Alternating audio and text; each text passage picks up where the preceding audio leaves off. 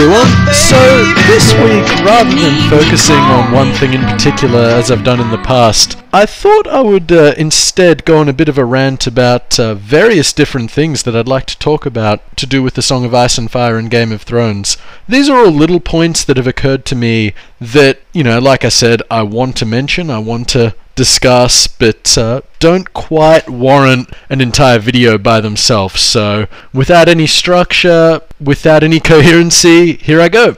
How many of you guys have gone back and read A Game of Thrones again after having read everything else in the series, or after having seen the entire TV show?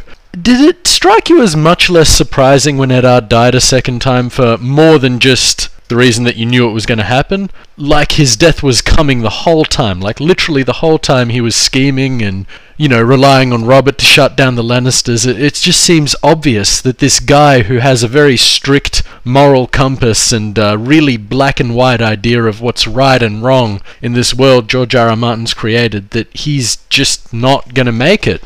It's like, if any of you have seen The Wire, that character Stringer Bell trying to change the drug trade, and he died as well, even though he was a fan favourite. It's that sort of thing where you can't play against the rule of the game. And, at the same time, I also think it was a bit of a statement on Martin's part that in the world he is creating, there really isn't a right and wrong per se, the way that Eddard sees it. Eddard judging Jaime for being Kingslayer and Oathbreaker, regardless of the circumstances. It just isn't how you should think about his novels. It's not how characters in the novels should think. And yeah, I think Eddard dying was a very deliberate statement to that effect. So I've read a few times, more than once actually, that Charles Dance's Tywin is better than the Tywin in the books, that he adds more to it than George R.R. Martin originally had, which is not a praise that's given out to many, or even any of the other actors, which I actually agree with. I think this is one instance where an actor who hasn't even read the books as well, which I think is awesome, because he's still done so well with the character, has added so much into it.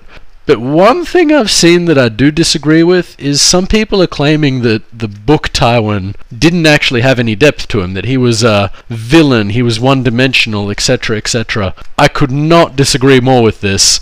He is a widower. His wife died a long time ago, and he is in a succession to the Lannister family. Obviously, he's the head. His father was weak, and the family almost came broke because of his dad, and he has to pick up where his father left off. In a way, he has to be an alpha male at all times. He has to be antagonistic towards his enemies, and I guess he also feels he has to treat his kids the way he does. It's like all his love and sentimentality left him when his wife died, and all that matters now is carrying on the family name. And I think in many ways it is a sort of, while he is a bit psychopathic, it is a bit of a human part to him as well. And let's not forget that we see him through the point of view of his 3 kids, who obviously he's not really a great father to in many ways, and through his enemies, through the Starks. No one whose point of view we see him through really, likes the guy, so I guess we don't either. But the fact is that the depth is there. You just have to look a little bit harder for it than when you see Charles Dance perform it. Was I the only person who really liked A Feast for Crows? I mean, I picked up the books after A Dance with Dragons came out. I actually picked them up midway through Season 2 of Game of Thrones, so I've come in a lot more recently than a lot of other people. But I really like the 4th book in the series.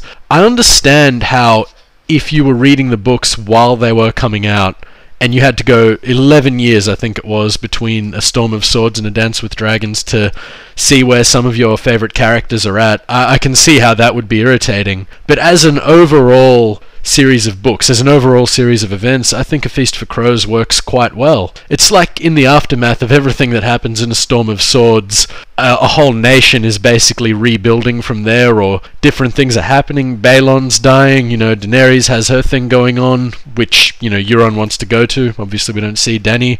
But I think it works quite well. And I think when all is said and done and all 7 books are out, it'll still fit in with the series. It's obvious why people don't like it, but yeah, I quite liked it. But I guess my reasons for liking it also lead me on to my next point. To anyone who's ever spoken to me in length about these books, it is no secret that I fucking love the Iron Man chapters in A Feast for Crows and A Dance with Dragons. I mean, I can understand how it's a bit of a deviation from the series.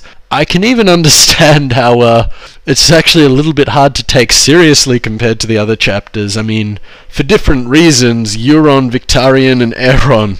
Fucking Aeron. With his pissing contests. Very sort of out there characters. They're all batshit crazy.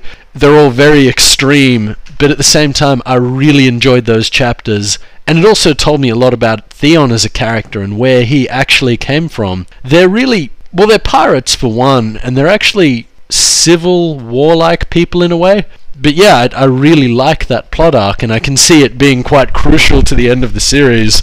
I don't know if Euron will or won't wake a dragon or whatever, but I do know almost for a fact that there is a lot more to this guy than meets the eye. And I also know that Victarion's going to be up for more badassery in the next book, so yeah, I'm looking forward to that. There's a bloke who I correspond with on Facebook a little bit with regards to these videos and just generally about Ice and Fire, and he's probably the biggest Ygritte fan out there. Personally, I don't think that much of her. I guess the actress is kind of hot. My partner won't agree with this, but yeah, the only thing I can really think of when reading the chapters between her and Jon is that, in a way, it reads like a quite out there romantic comedy. And I remember George R.R. Martin saying that he rejected proposals for films to be made on the series, probably wisely, because a film simply isn't long enough to cover his story in enough depth, that too many characters would be omitted. But if I had to select a single topic for a film, I would choose Ygritte and Jon as a romantic comedy. In fact, someone, probably not me, should do a little bit of a trailer, a rom-com. He was bred to be whatever, and while she's all out there. It's basically like a lawyer's son meeting an out there hippie art student and finding love. It's quite nice, really. Did anyone else get a little bit annoyed by that scene in the last episode where Cersei really overtly threatened Marjorie? I mean, in the books, she always had it in for Marjorie, always very directly, and from her point of view, she saw the Tyrells as the enemy.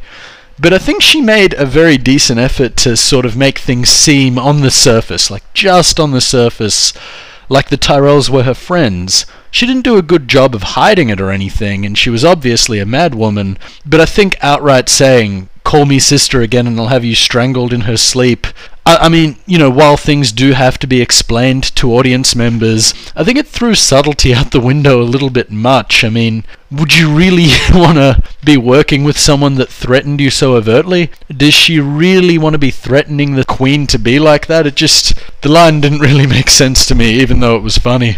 Now, while casting in Game of Thrones is a prolonged topic, who did it right, who did it wrong, and some of you let me know your opinions, and hopefully I'll still get more comments in the future just saying who their favourite or least favourite translation was. Another one who I think is well worth a mention is Mark Addy as Robert Baratheon, because every series, no matter how dramatic it is, always needs its comedy. The Wire was quite funny, which I'll talk about later. The Walking Dead sometimes pretty funny. The Shield, The Sopranos, and Game of Thrones is no exception. And this guy as his king was fucking hilarious. He reminded me of like a Gene Simmons like washed up rock star that just has all this fame and money and does not really give a fuck anymore. Eddard Stark, I would name you the Hand of the King.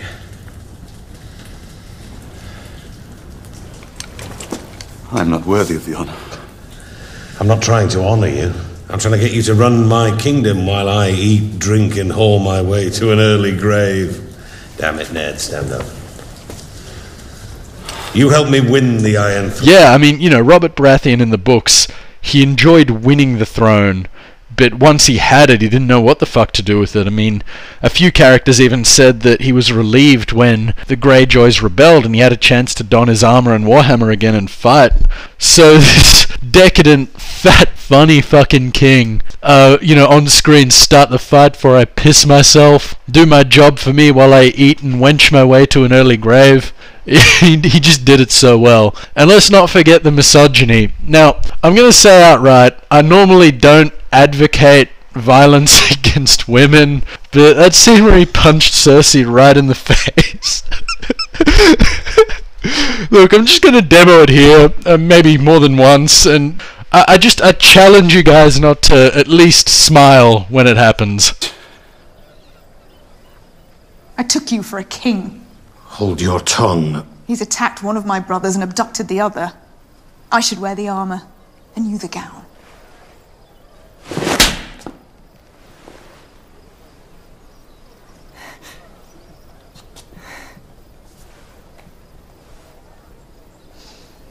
I shall wear this like a badge of honor. Wear it in silence, or I'll honor you again.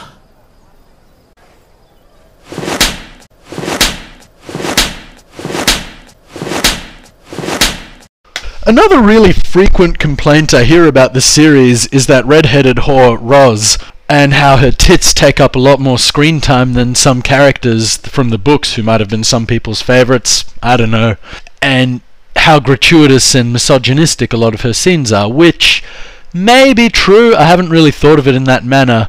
However, one thing I would like to point out is a lot of her scenes are actually a lot more about characters she's talking to than they are about her.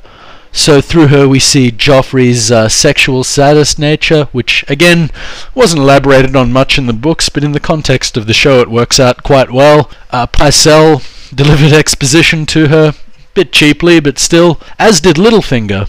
And so we get this background that we got in the books through different ways, through this character. And I know sometimes it seems like she's the only whore in Westeros, and yeah, I will admit that her tits do take up a good portion of the screen time that could have been used to other things, but at the same time, I don't think she was a completely careless addition to the series. I think the creators did at least think about it before putting her in. So again, just think of that before criticizing this wench.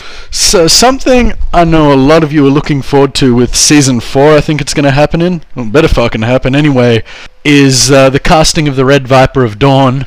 And if you're anything like me, you're probably looking forward to that fight between him and the Mountain. Now, that fight, it's fucking epic, you know, the way they advance towards each other, and the way the Mountain can't even seem to hit him, let alone, you know, give competition. And Oberyn Martell very clearly fights for the side of justice. If it ever is clear-cut in Game of Thrones, it's pretty clear-cut here. The Mountain raped his sister and killed his niece or nephew or whoever, and he's there to exact revenge on him, and he's ducking and weaving and feinting and stabbing with a poisonous spear, and he hasn't even been hit the entire fight when he's about to finish off the Mountain before the Mountain just breaks his face, while booming and yelling out, you know, a confession. But one thing I noticed about this scene is it really did flip the script on the normal sort of comic book villain versus hero fight, or say the Dragon Ball Z way of going about things, where our hero, the person who's on the side of good, will spend the entire fight losing. It will look like all is lost before at the end the good guy makes that massive comeback. So here instead, the Mountain is getting his sort of triumphant finish, and the Viper, who's supposedly fighting on the side of good, is getting pwned at the last minute. And I think this is a very deliberate thing. It's very similar to when Jaime said to Brienne, "Are you a virgin? Good, I only rescue virgins." Again, just mocking that whole traditional way things are done, quite overtly as well. I mean, I would like to talk a lot more about this another time, mostly with regards to Sansa, but the way George flips the script on a lot of these traditional ideas that actually exist within the world of Westeros itself. They very much romanticize the notion of knighthood and fighting for the greater good and all.